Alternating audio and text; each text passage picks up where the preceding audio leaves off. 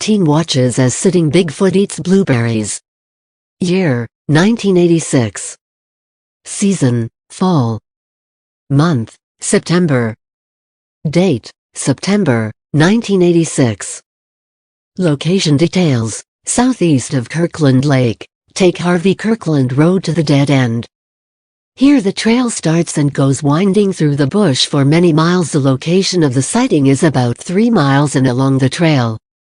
The trail goes all the way to the other side of a town called Kirkland, which is far as I have ever gone.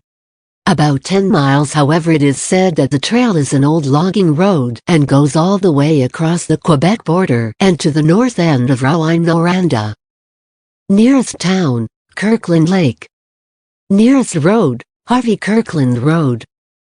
Observed. There are 2 separate incidents I would like to report, both of which happened many years ago in the same location, but on separate ends of my hometown in northeastern Ontario. The first happened when I was only 5 years old, and I never spoke of it until now because it wasn't until I was older that I knew and understood what I had seen. In fact, my realization prompted me to do a repo on Bigfoot when I was in grade 6 for a public speaking contest in which I had received several awards, going all the way to the Canadian Championships, for which I took 3rd place. However, I did not make mention of this sighting for reasons of disbelief and fear that it would affect the stability of my report.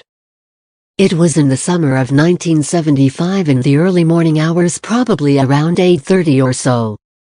My mother and I were walking along Government Road between Chappahughes and Kirkland Lake.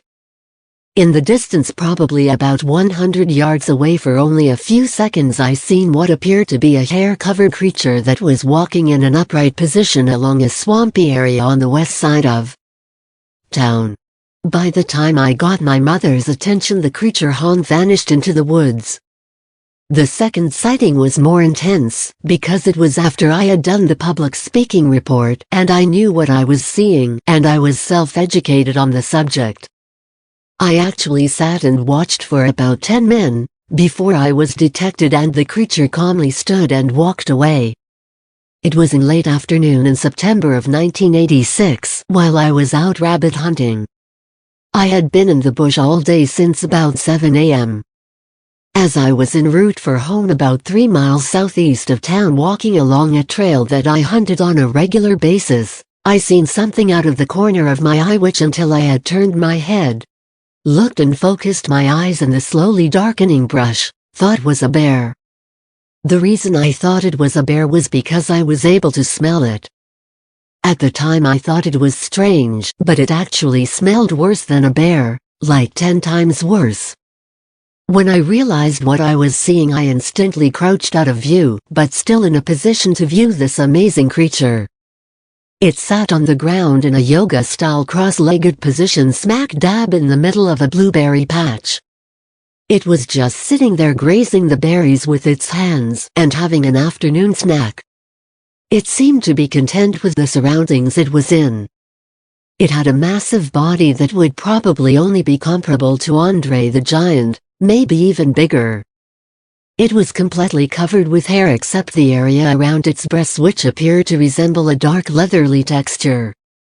The face of the creature was not masked with hair. It resembled the face of a gorilla in texture and color, but had the features of an early evolutionary man.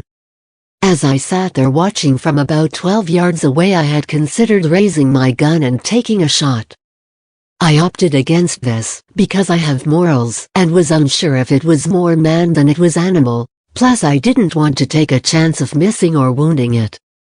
I only had a single-shot .22 bolt action, and if it chose to attack in retaliation, I would not have had time to reload. I watched for about 10 minutes, then I had to avail myself, for it was starting to get dark, and not because of Bigfoot, but you do not want to be in the bush of northern Ontario, even if you know where you are going, after dark. When the creature saw me, it did not respond in the way I had expected. It just simply stood without the use of its hands and calmly walked away.